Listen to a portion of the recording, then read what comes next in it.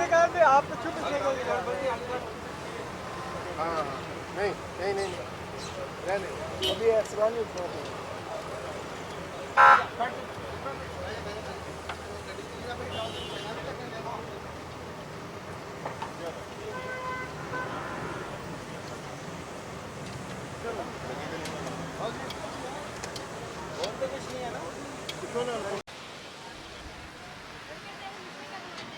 जो मुर्तजा आ जाए भाई तो ये लोग ऐसे स्लोप पे खड़ा करते हैं, मैं क्या पढ़ूंगा।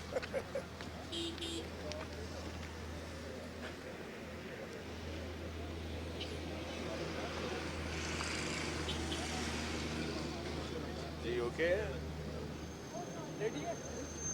रेडी है रेडी जी, सवाल ही कर ले मेरे ताकि मैं जवाब दे दूँ, कोई बाकी तो आपने अंदर खुद ही कार्रवाई तो देख ली जो भी है। शाह साहब ये बताएं कि 3 गाड़ियां आज भर के आई हैं इस पावर प्लांट रेफर के खिलाफ, एक कामयाब मनसूबा था। आप क्या समझते हैं कि इतने पैसे खर्च करने के बावजूद नैब नाकाम हुई है? तमाम पहले भी केसेस साबित करने का वजह से क्या कहेंगे आप? ये अभी तो सबसे पहले मैंने ये जो 66 या 68 वॉल्यूम है और मुझे आज मिलेंगे, इनको देखना होगा कि इसमें काम की क्या चीज़ है, कोई है अगर तो उसके बाद ही कुछ बता सकूंगा। लेकिन ये आपका बिल्कुल दुरुस्त है कहना कि इतने सारे 17 अक्यूज़ड हैं और ये 68 वॉल्यूम की जो इन्होंने एविडेंस है या जो कुछ भी दिया है, ख्याल इतने का तो पावर प्लांट नहीं था पूरा, जितने इन्होंने कागज़ और दरख्त तबाह किए हैं हमारे मुल्क के। आप बिल्कुल सही कह रहे हैं, एक मनसूबा जो चल रहा है इस वक्त भी चल रहा है, इस वक्त भी 100 मेगावाट बिजली कराची को दे रहा है।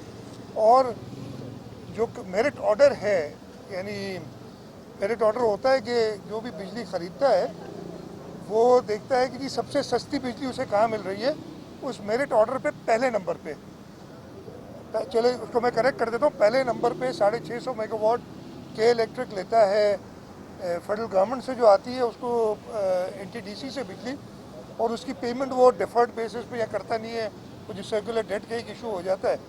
उसके बाद ये दूसरे नंबर पे है जिसके ये पैसे के इलेक्ट्रिक दे रहा है और टाइमली पैसे भी दे रहा है।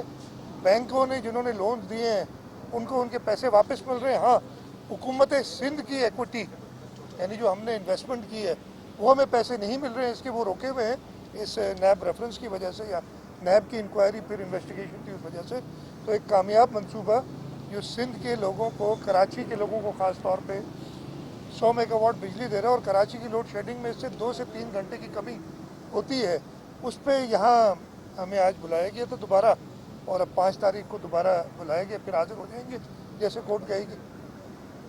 सर क्या कहेंगे कि जिस वक्त मुल्की हालात है, खासतौर पर कोरोना की वबा फैल रही है और तालीमी इदारे जो है वफाक फौरी सिंध में बंद कर दिए गए हैं, और सबसे बढ़कर जो लाहौर में वाक़या हुआ गुज़श्ता रोज़, उस हवाले से सिंध हुकूमत को अपना किरदार अदा करेगी? सबसे पहले तो मेरी पिछली तारीख इधर ही आपके सामने इसी जगह पे मैं खड़ा था और आपको याद होगा 31 मार्च को डेट थी और मैंने आप लोगों को बताया था कि आज प्राइम मिनिस्टर साहब ने यानी 31 मार्च को NCC की मीटिंग रखी हुई है, लेकिन मैं जहाज़ में हूँगा जिस वक्त वो मीटिंग होनी है।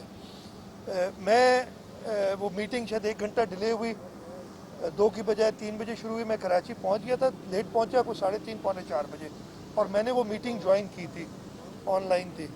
और इस मीटिंग में मैंने, और मैं पहले ही बता चुका हूँ, दोबारा बताऊँ आपको कि ये रिक्वेस्ट की थी कि इंटर सिटी ट्रांसपोर्ट बंद करें ताकि एक जगह से दूसरी जगह इस वायरस की जो फैलाव है उसको रोका जाए।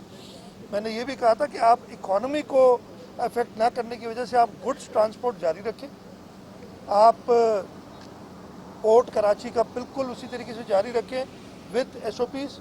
आप लोकल मार्केट से सब चीज़ें, सब कारोबार खुले रख सकते हैं इस वक्त विद SOPs, लेकिन सिर्फ आप इंटर सिटी पैसेंजर ट्रैफिक जो है, पब्लिक ट्रांसपोर्ट, वो बंद करें। मेरी बात नहीं मानी गई और उसकी वजह से देखें कल के तारीख में तकरीबन 150 डेथ्स हुई हैं। आज का मुझे नहीं पता कि क्या अभी नंबर्स हैं, और ये पिछले तकरीबन 1 साल में सबसे ज़्यादा कैजुअल्टीज़ हुई हैं इस वबा की वजह से। मैं अभी भी ये कहता हूँ, अब अनफॉर्चुनेटली जो वो अगर बांधा जाता ना 2 हफ्ते से ज़्यादा गुजर गए, मैंने सिर्फ 2 हफ्ते के लिए मांगा था तो इसका फैलाव रुक जाता।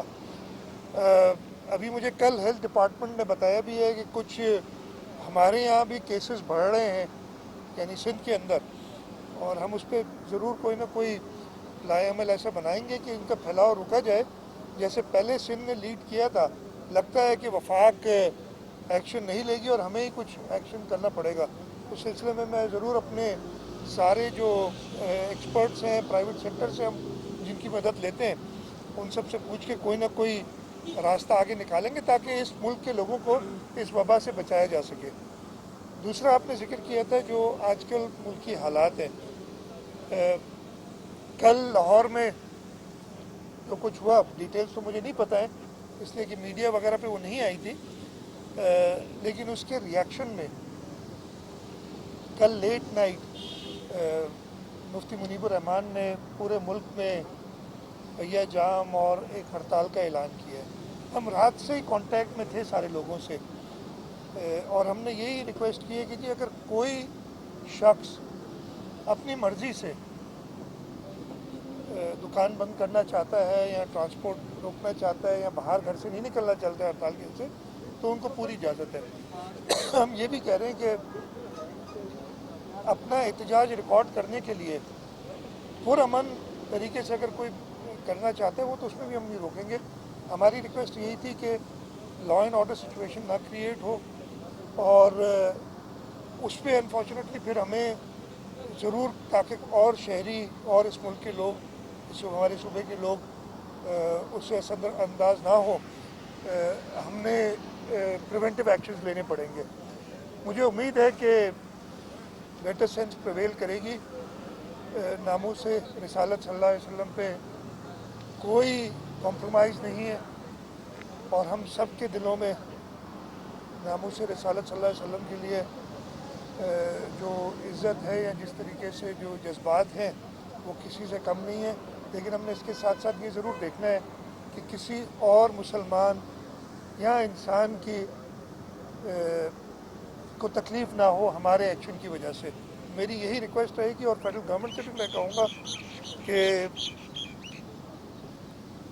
मैंने सुना है जो मैंने सुबह जब उठा था तो पता चला था शहरी के वक्त के एक स्टेटमेंट आई है इंटीरियर मिनिस्टर साहब की कि वो कुछ नेगोशिएट कर रहे हैं। मुझे नहीं उसकी डिटेल्स का पता।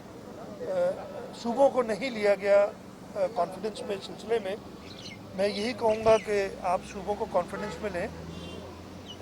जब आज से 5-6 दिन पहले ये मामला शुरू हुआ था तब भी अचानक हमें लेट पता चला था, सूबों को नहीं कॉन्फिडेंस में लिया गया था। तो ये चीज़ आप सारे स्टेक होल्डर्स को कॉन्फिडेंस में लेके तभी एक बेहतर हल की तरफ जा सकते हैं। तो राजेश शाह साहब ये बता दें कि पाकिस्तान पीपल्स पार्टी और नून लीग की जो लड़ाई है इसका फ़ायदा तो सिलेक्टर्स को हुआ। क्या ये कहा जा सकता है कि नून लीग और पीपल्स पार्टी दोनों की आपस में डील हो चुकी है हुकूमत के साथ? देखिए मैं नून लीग के बारे में तो नहीं कह सकता, मैं अपनी पार्टी के बारे में बता सकता हूँ। आज भी मैं यहाँ अदालत में आ गया। हमारे x leader of the opposition मौजूदा MNA कई बार वफाकी और सूबाई वज़ीर रहे हुए सैयद खुर्शीद अहमद शाह साहब, वो पिछले तकरीबन 1.25 साल से जेल में है। बाकी जगह पे तो कुछ ना कुछ रिलीफ मिल रहा है। मैं वो अदालत से मिल रहा है, मुझे उसमें कोई इतराज़ नहीं है। लेकिन पाकिस्तान पीपल्स पार्टी के बारे में मैं बता दूँ कि हम केसेस का सामना कर रहे हैं, जो गलत केसेस बनाए हुए उनका भी सामना कर रहे हैं। और जैसे मैंने कहा खुर्शीद शाह साहब जेल में है तो इसमें तो कोई डील कैसे बात है। शाह साहब गवर्नमेंट एक बार फिर से नेगोशिएशन में जा रही है रिलीजियस पार्टी के साथ। इससे पहले भी उनके साथ मुज़ाकरात हुए, एक मायदा हुआ और उसके बाद उस पर अमल दरामद नहीं हुआ। तो अब क्या गवर्नमेंट के पास क्या स्टेक है, क्या उनको ऑफर कर सकते हैं? मुझे नहीं पता, मुझे कॉन्फिडेंस में नहीं देगा गवर्नमेंट क्या ऑफ़र करने जा रही है, गवर्नमेंट का क्या प्लान है। मैं सिर्फ ये सजेशन दे सकता हूँ कि ऐसी कोई चीज़ ना करें जो कि पॉसिबल ना हो, मुमकिन ना हो, और सिर्फ वक्ती फ़ायदा लेने के लिए आप किसी बड़े तकलीफ में ना डाल दें। तो ये उनको सजेशन होगी। बाकी वो बगैर सूबाई हुकूमतों को कॉन्फिडेंस में लिए हुए मैंने कहा ना एक पैगाम सुना है जो कह रहे हैं कि हम मुज़ाकरात कर रहे हैं। थैंक यू जी, that is-